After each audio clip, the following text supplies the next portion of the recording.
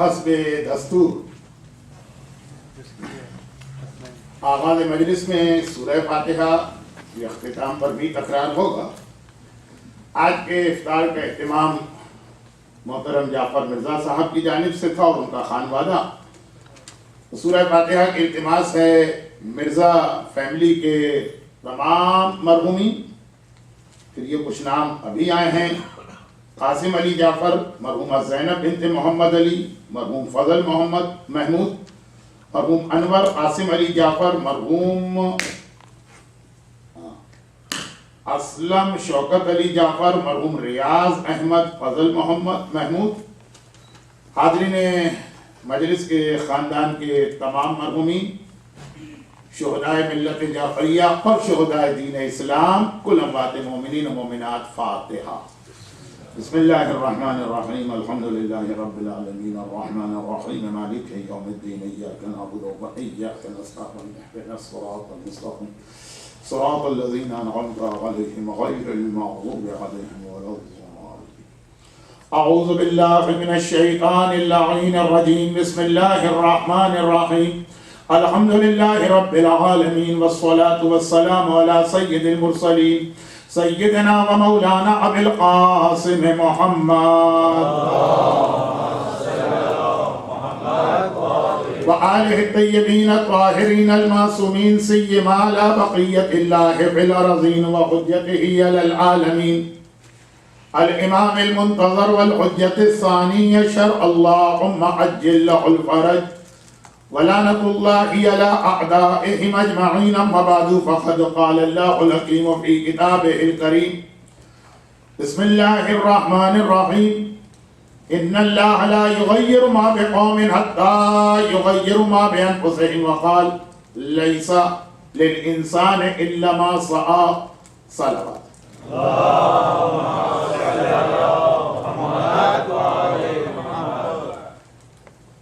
اللہ کو بدا ہوتا ہے۔ میرے سبجیکٹ کے اندر بھی ایک بدا ہو گیا، اور جس کی وجہ بعض مومنین کی ایک ریکویسٹ۔ اب یہ جملہ جو میں نے کہا، اس کی تشریح اور تفصیل کرنا ہے۔ آپ حضرات کے انداز سے یہ پتہ چلا کہ آپ کی سمجھ میں ایک لفظ بھی نہیں آیا، لیکن یہ جملے کی تشریح اور تفسیر میں اپنی تقریر کے دوسرے حصے میں کروں گا۔ پہلے حصے میں کچھ مسائل کا بیان ہوتا ہے۔ تقریر وقت کے اندر رہے گی آج انشاءاللہ، اس کی فکر نہ کریں، لیکن اس کی تشریح اپنے موقع پر آئے گی۔ پہلے ایک چھوٹی سی وضاحت، مسئلے کے بالکل صحیح کہا برادر محترم میاں طاہا سلمہ نے، لیکن اس سے ایک مس انڈرسٹینڈنگ ہو سکتی ہے، اور وہ میرے سبجیکٹ کے اندر ہے۔ بڑی الجھی باتیں ہو رہی ہیں نا، کیونکہ سمجھ میں نہیں آ رہا کہ میں کیا کہہ رہا ہوں۔ اب سمجھ میں آئے گا۔ طاہا دھارسی سلمہ نے ایک جملہ یہ کہا کہ آج کی رات کی اہمیت بتانے کے لیے کہ آج کی رات کے بارے میں بھی چانسز ہیں کہ یہ لیلۃ القدر یا شب قدر یا نائٹ آف قدر، اس لیے دعا امام پڑھ لی۔ تو اس کا یہ مطلب نہ نکالیے گا کہ جس رات کے بارے میں چانسز نہ ہو اس میں دعا نہیں پڑھنا۔ یہ جو دعا امام زمانہ کے پروٹیکشن اور سلامتی کی ہے، وہ ہر رات کو پڑھنا ہے اور ہر دن کو پڑھنا، اور وہ جو صدقہ امام زمانہ کی سلامتی کا دیا جاتا ہے وہ بھی ڈیلی دینا ہے۔ اور اس کی تھوڑی سی فلسفی شاید بعد میں آ جائے، آج نہیں۔ تو مومن کی ذمہ داریوں میں سے ایک ذمہ داری یہ قرار دی گئی ہے کہ وہ امام زمانہ کی سلامتی کی ہر وقت دعا کرتا رہتا ہے۔ ہاں یہ ہے کہ شب قدر یعنی قدر کی رات یعنی نائٹ آف قدر، یہ دعا اس کی بڑھ جاتی، لیکن اگر یہ رات قدر کی رات نہ ہو تب بھی دعائے سلامتی امام کرنا، اور اس دعا کے اندر ہی وہ کمپلیٹ میسج موجود ہے جو میری لاسٹ 3 اسپیچز کا عنوان بننے والا کہ امام زمانہ کی آرمی کی کوالٹیز کیا، امام زمانہ کے جو کمپینین ہوں گے ان کا کرائیٹیریا کیا، اس کو اگر ہم ذرا سا ایکسپلین کریں گے تو 3 مجلسیں بنیں گی، اور اگر اس کو شارٹ کریں گے، بہت ہی کنسائز فارم میں لائیں گے تو دعائے سلامتی امام بنے گی۔ لاسٹ ایئر زینبیہ میں نے دعائے سلامتی امام زمانہ کے ایک لفظ حافظہ کی تشریح کی تھی، تو یہ بھی اپنے وقت پر آئے گی انہی تقاریر میں۔ تو آج کہنے کا مقصد صرف یہ ہے کہ یہ جو دعائے سلامتی امام زمانہ کے حوالے سے تاہمیہ نے آپ کی اٹینشن ڈائیورٹ کرنا چاہیے، وہ اس مسئلے کی جانب ڈائیورٹ کرنا چاہیے کہ ہمیں ایگزیکٹ لیلۃ القدر یا شب قدر نہیں بتائی گئی، بلکہ یہ کہا گیا ہے کہ رمضان کی لاسٹ 10 نائٹ میں سے جو آڈ راتیں ہوتی 21، 23، 25، 27 اور 29، ان میں سے کوئی ایک ہی ہو سکتی ہے۔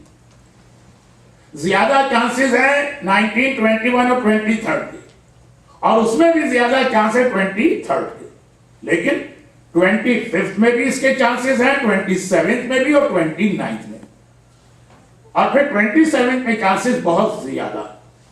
تو اب آج کی رات بھی ہمارے شب قدر میں سے 3 عمل آپ کر لیجئے گا۔ ایک تو میں خود ہی آپ کو کروا دوں گا، اور وہ یہ کہ آج کی تقریر کے مجلس کے بعد زیارت امام حسین ہم وہی پڑھیں گے جو شب قدر کی زیارت ہے۔ زیارت تو آپ کی یہیں اسی مجلس کے ساتھ ہو جائے گی۔ گھر جانے کے بعد موقع ملے تو قرآن کھول کر اور قرآن سر پہ رکھ کے عمل کر لیجئے گا، اور پوری رات میں کسی وقت، سحری کے وقت، نماز صبح سے کچھ پہلے جو آپ کو 10 منٹ ملتے ہیں سحری اور نماز صبح، وہ یا اس کو آج 5 منٹ پہلے آپ اپنی سحری فنش کر کے 15 منٹ میں 2 رکعت نماز شب قدر پڑھ لیجئے گا، جو ہر ایک کو یاد ہو چکی ہے کہ پہلی رکعت میں علم کے بعد 7 قل هو اللہ، سیکنڈ رکعت میں علم کے بعد 7 قل هو اللہ، آفٹر نماز 70 ٹائمز استغفر اللہ واتوب الیہ۔ یہ 3 اعمال ایک ساتھ کرنا بھی ضروری نہیں، انہیں آپ اسکیٹر کر دیجیے، کیونکہ اعمال بہت زیادہ ہو گئے، ورنہ میں آدھے گھنٹے یہ اعمال آج کرا لیتا۔ اگر یہ اعمال سیٹرڈے یا سنڈے کو ہوتے، یعنی یہ ڈیٹ کے حساب سے، تو ہم اجتماعی طور پہ کر لیتے، لیکن جیسا کہ مولا نے کہا کہ کسی پر عبادتیں امپوز کرنے کو کوئی فائدہ نہیں۔ وہ لمبی دعا جس میں تمہارا دل کبھی ادھر جائے کبھی ادھر جائے، کنسنٹریشن ادھر ڈائیورٹ ہو، دماغ وہ سوچ رہا، اس سے وہ شارٹ دعا بہتر۔ یہ 3 جملوں میں ہے، لیکن اتنی شارٹ ہے کہ تم اس وقت پوری توجہ دعا پہ دے سکتے ہو۔ یہی مفاتیح الجنان میں مولا کی ایک حدیث ہے کہ ایک مومن کو لمبی دعا کرتے دیکھا تو مولا نے کہا کوئی فائدہ نہیں اس لمبی دعا، چھوٹی دعا پڑھو، اور یاد رکھو جو اللہ لمبی دعائیں قبول کرتا ہے وہی اللہ چھوٹی دعائیں قبول کرتا ہے۔ یہ 2 الگ الگ اللہ نہیں ہے کہ بڑی بڑی دعائیں کرنا ہے تو اس کے پاس جاؤ، چھوٹی دعا کرنا ہے تو اس کے پاس آؤ۔ تو چونکہ آلریڈی ماہ رمضان میں ہم اتنی دعائیں پڑھ چکے ہیں اور اتنے اعمال کر چکے کہ آج اگر ہم اس طریقے سے 40 منٹ بیٹھ کے اعمال کرتے تو بہت سارے لوگ اپنا کنسنٹریشن لوز کر دیتے، اس لیے گھر میں جا کے آرام سے عمل قرآن اور 2 رکعت نماز۔ ہاں یہ ضرور بتا کہ جاتے جاتے رمضان کو الوداع کہنے کی ایک دعا بہت اہم ہے۔ یہ وینڈسڈے نائٹ کو ہم پڑھیں گے، 2 دن سے اناؤنسمنٹ یہ ہو رہا ہے کہ وینڈسڈے کو آخری رات کے اعمال ہوں گے، وہ صرف اونلی 1 سنگل دعا بس، اور چاند رات کے کچھ اعمال ہیں وہ اس کو ہوں گے۔ اس شب قدر کے آج کی رات کے بھی ہونے کے چانسز ہیں، اور یہ 3 بہت اہم عمل ہیں۔ اب یہاں پر زیارت کے حوالے سے ایک بات کہہ دوں، اور وہ یہ ہے کہ زیارت امام مظلوم کے بعد ہمارے یہاں 2 رکعت نماز زیارت پڑھی جاتی ہے۔ with due respect، اکثر لوگ صرف اس لیے یہ نماز پڑھتے ہیں کہ انہوں نے جب سے ہوش سنبھالا ہے نماز کو اس طرح ہوتے پایا، بس۔ زیارت امام حسین کے ساتھ کہ نماز کیوں ہے، کب ہے، کہاں پہ ہے، یہ کسی کو نہیں معلوم۔ یعنی تو میں نے بہت بگ اسٹیٹمنٹ دے دیا، میجورٹی کو نہیں معلوم۔ چھٹے امام کی زیارت کے ساتھ کی 2 رکعت نماز کیوں نہیں ہے؟ اور امام زمانہ کی زیارت کے ساتھ یہ 2 رکعت نماز کیوں نہیں ہے، یہ ہم کو نہیں معلوم۔ اگر ہم نے اپنے بزرگوں کو ان کے ساتھ کی نماز پڑھتے دیکھا تو ہم یہ بھی پڑھتے، نہ ہمیں وہ حدیث معلوم ہے جو اس سے ریلیٹڈ ہے، نہ وہ لاجک ہمیں پتا ہے جو اس سے ریلیٹڈ ہے، نہ وہ جگہ ہمیں معلوم ہے جو اس سے ریلیٹڈ، جس کی وجہ سے بعض اوقات بڑا کنفیوژن ہو جاتا ہے مجمع۔ مولانا نے زیارت امام حسین پڑھائی، مولانا چل دی، آدھا مجمع کنفیوز ہے کہ ہم کو 2 رکعت نماز پڑھنا ہے، آدھا کنفیوز ہے کہ نہیں پڑھنا۔ زیارت امام حسین جو اس وقت پڑھی جائے گی، اس کے بعد نماز پارٹ نہیں ہے زیارت کا۔ ایکچوئل نماز امام حسین کی زیارت کے ساتھ وہی نماز پارٹ ہے جو کربلا میں امام کے روضے پہ پڑھی جاتی ہے۔ باقی ہم اس کی کاپی کرتے ہیں، کوئی حرج نہیں ہے، نمازی تو ہے نا، کوئی گناہ نہیں، لیکن اس کا وہ ہائیلی ریکمنڈیشن نہیں آیا جو کربلا میں آیا۔ اب کربلا میں زیارت امام کے ساتھ نماز پڑھنے کی سب سے اہم لاجک وہ، جس لاجک کی وجہ سے ہمیں پتا کہ جب مولا نے ڈوبتے ہوئے سورج کو نکالا تو فوراً نماز پڑھو۔ مولا نے ڈوبتے ہوئے سورج کو 1 بار نہیں 2 بار دوبارہ واپس کیا، بلکہ جو لوگ کربلا کی زیارتوں میں گئے ہیں اور ذرا نارمل حالات میں، آج کل تو پھر بھی اسٹل ہلا کی زیارت مشکل ہوتی، تو انہیں پتا ہے کہ وہاں ہلا کے قریب رجت شمس کے رد شمس کے معجزے کی یادگار مسجد موجود، اور بعض علماء کہتے ہیں کہ یہ واقعہ 3 بار پیش آیا، ایک جنگ خیبر کے بیچ میں بھی پیش آیا۔ خیر، خلاصہ یہ کہ ہمارے ممبر سے ایک بات کہی جاتی، صحیح کہی جاتی، آیت الکرسی جو قرآن میں ہے نا، اس کے فوراً بعد جہاں آیت الکرسی ختم ہوتی وہاں حضرت ابراہیم اور نمرود کا واقعہ،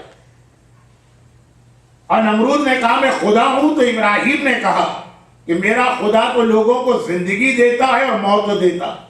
نمرود نے کہا یہ کام تو میں بھی کر سکتا ہوں۔